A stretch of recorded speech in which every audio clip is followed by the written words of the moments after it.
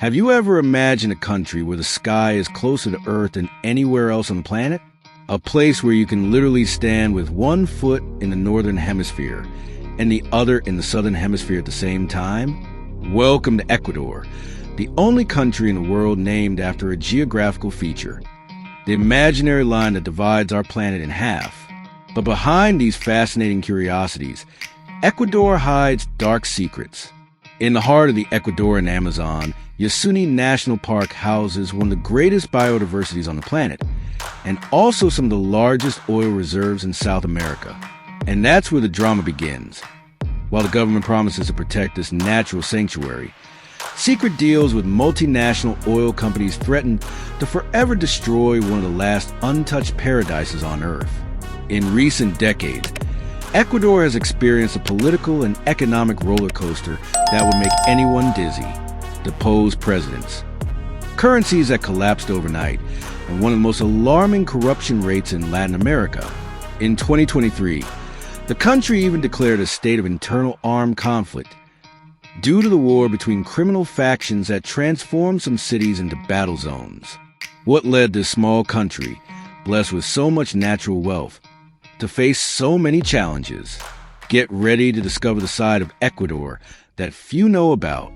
Located on the northwest coast of South America, Ecuador may be small in size, but it's a giant in geographic diversity.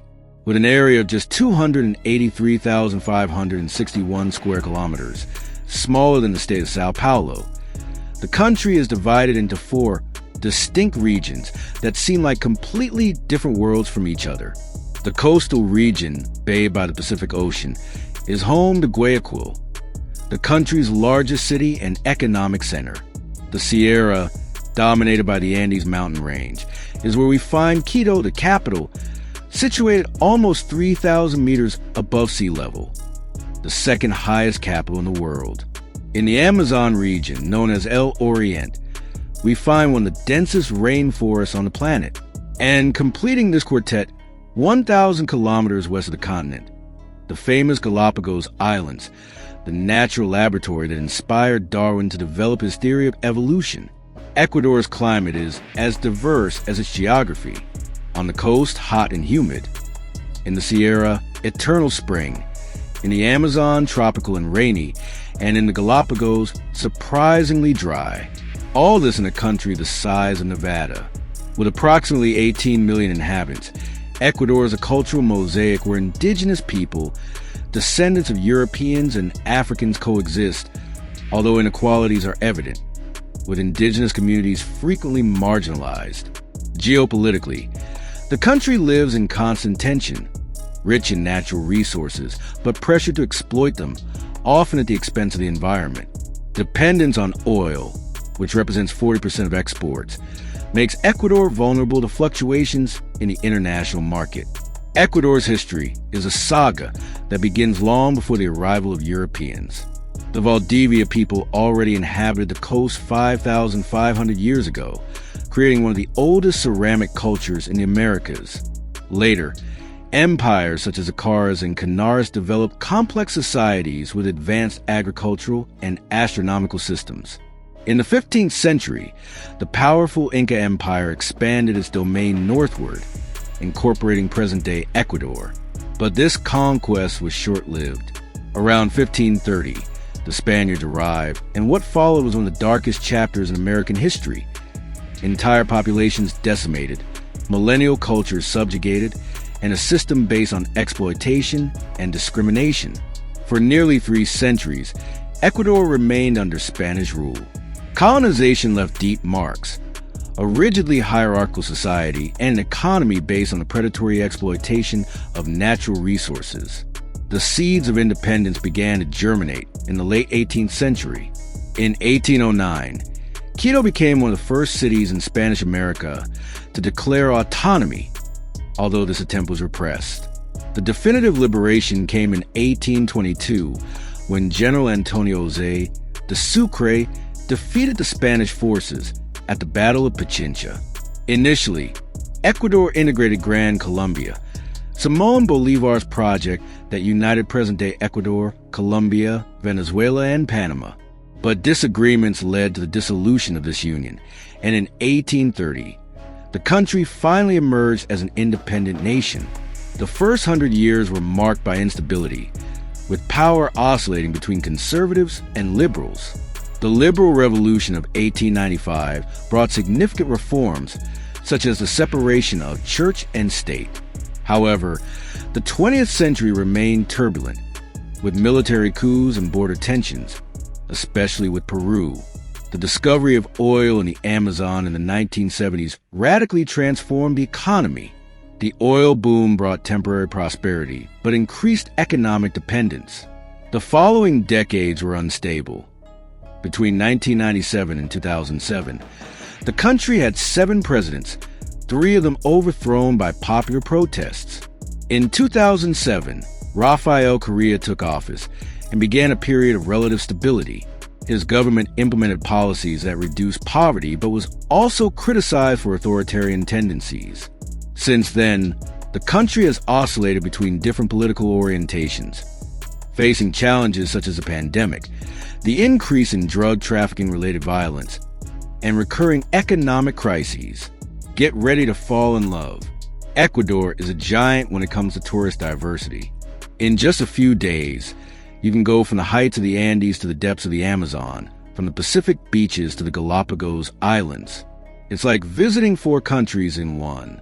Let's start with Quito, whose historic center is the best preserved in Latin America and one of the first places to receive the title of World Heritage Site. Baroque churches covered in gold, colonial squares, and cobblestone streets create an atmosphere that transports you to the 16th century. Don't miss the Church of La Compañía, covered with 7 tons of gold, and the cable car that offers a spectacular view of the city, surrounded by volcanoes. For adventurers, the Ecuadorian Andes are irresistible. The Cotopaxi volcano, with its perfect snow-covered cone, is one of the highest active volcanoes in the world.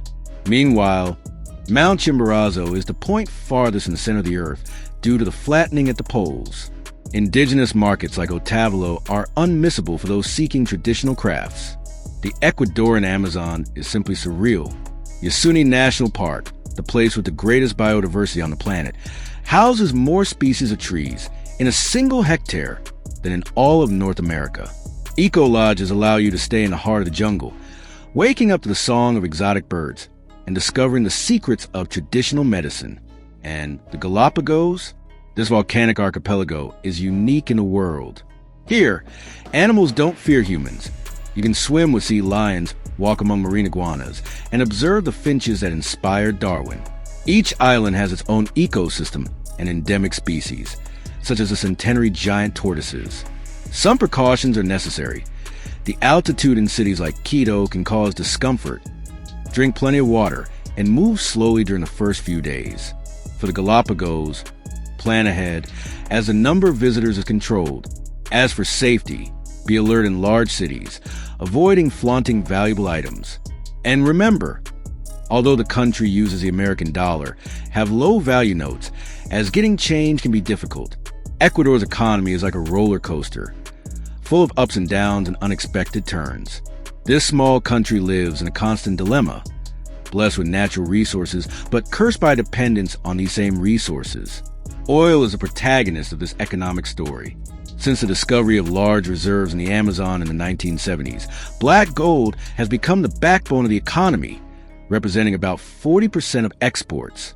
This dependence has made the country extremely vulnerable to fluctuations in the international market. Besides oil, Ecuador is the world's largest exporter of bananas, known for their exceptional flavor. Other important products include shrimp, cocoa, flowers, especially roses, and high-quality coffee. Fascinating curiosity. The country is considered the original birthplace of fine aroma cocoa, used in the world's finest chocolates. Ecuadorian cacao Ariba has unique floral and fruity notes that make it highly valuable to premium chocolatiers.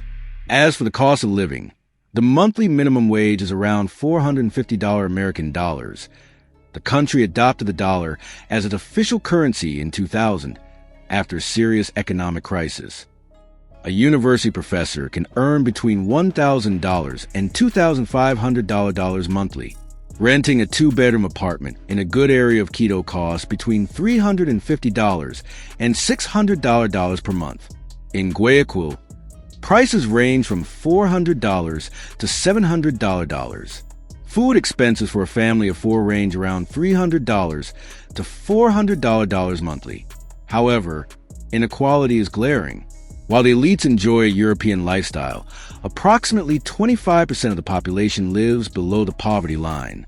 The contrast is even more pronounced between urban and rural areas. Dollarization brought monetary stability but limited the government's ability to stimulate the economy in difficult times. The memory of the 1999 bank holiday, when deposits were frozen, is still an open wound for many Ecuadorians. In recent years, the country has tried to diversify its economy, investing in hydroelectric power, tourism, and technology. However, problems such as corruption and political instability continue to curb full development. Behind the stunning landscapes, Ecuador hides a dark side. Corruption, deeply rooted in institutions, has drained resources that could transform the lives of millions. One of the biggest scandals was the Odebrecht case, which revealed a bribery scheme involving high officials, including Vice President Jorge Glass, who was sentenced to 6 years in prison. The country lost millions in overpriced contracts and works that benefited politicians more than the population. In the Amazon, an environmental drama unfolds far from the world's eyes. The government has an ambiguous policy regarding Yasuni Park. While promising to protect it, it issues licenses for oil exploration in sensitive areas. Indigenous communities see their ancestral territories invaded by machines and pollution. Activists who denounce these practices often receive threats. Crime has soared in recent years. Ecuador has become an important corridor for drug trafficking. Foreign cartels have established alliances with local gangs, transforming cities like Guayaquil into war zones. In 2023, the country declared a state of internal armed conflict after an unprecedented wave of violence. Ecuadorian prisons, overcrowded and controlled by factions, have been the scene of brutal massacres.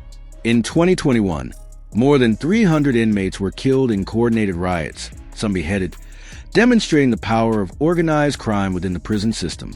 Politics has been marked by chronic instability. Between 1997 and 2007, 3 elected presidents were overthrown before completing their terms. In 2019, massive demonstrations against austerity measures paralyzed the country for weeks. Social inequalities fuel constant tensions. Indigenous communities, about 25% of the population, frequently denounce discrimination and economic exclusion, leading protests against government policies that threaten their rights. Illegal mining advances over protected areas, contaminating rivers with mercury. On the borders with Colombia, this activity often mixes with drug trafficking, creating zones where the state practically doesn't exist. Despite everything, Ecuador maintains a culture of resistance. Social movements, particularly indigenous and environmental, have won important victories against predatory projects, showing that Ecuadorians don't give up fighting for a better future. As we finish our journey through Ecuador, we find a country of profound contrasts, a place where the equator line divides not only the hemispheres but also distinct realities, the impressive natural wealth and the persistent social challenges. But if there's something that characterizes the Ecuadorian people, it's their incredible resilience. Despite the difficulties, the country shows signs of hope.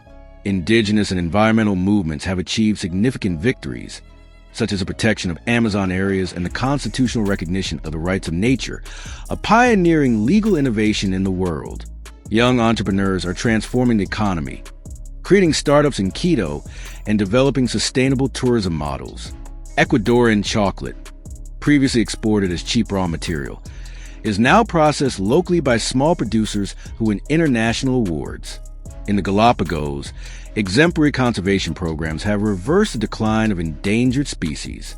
Scientists and park rangers work tirelessly to preserve this unique natural laboratory, showing that it's possible to reconcile responsible tourism and environmental protection. Ecuadorian civil society remains vigilant. Investigative journalists continue to expose corruption schemes. Artists use their creativity to denounce injustices, and ordinary citizens organize to demand transparency. Ecuador teaches us that the lines that divide the world, whether geographical, social, or political, don't need to be barriers. They can be meeting points where new paths are traced. Just as the equator marks a point of balance on the planet, perhaps this small Andean country is seeking its own balance between preservation and development, tradition and innovation. The Ecuadorian journey continues, with all its complexities. But one thing is certain. This country that bears the name of an imaginary line has much that is real to show us about resilience, adaptation, and the eternal search for a better future. And after all, isn't that what we all seek? In whatever hemisphere we may be,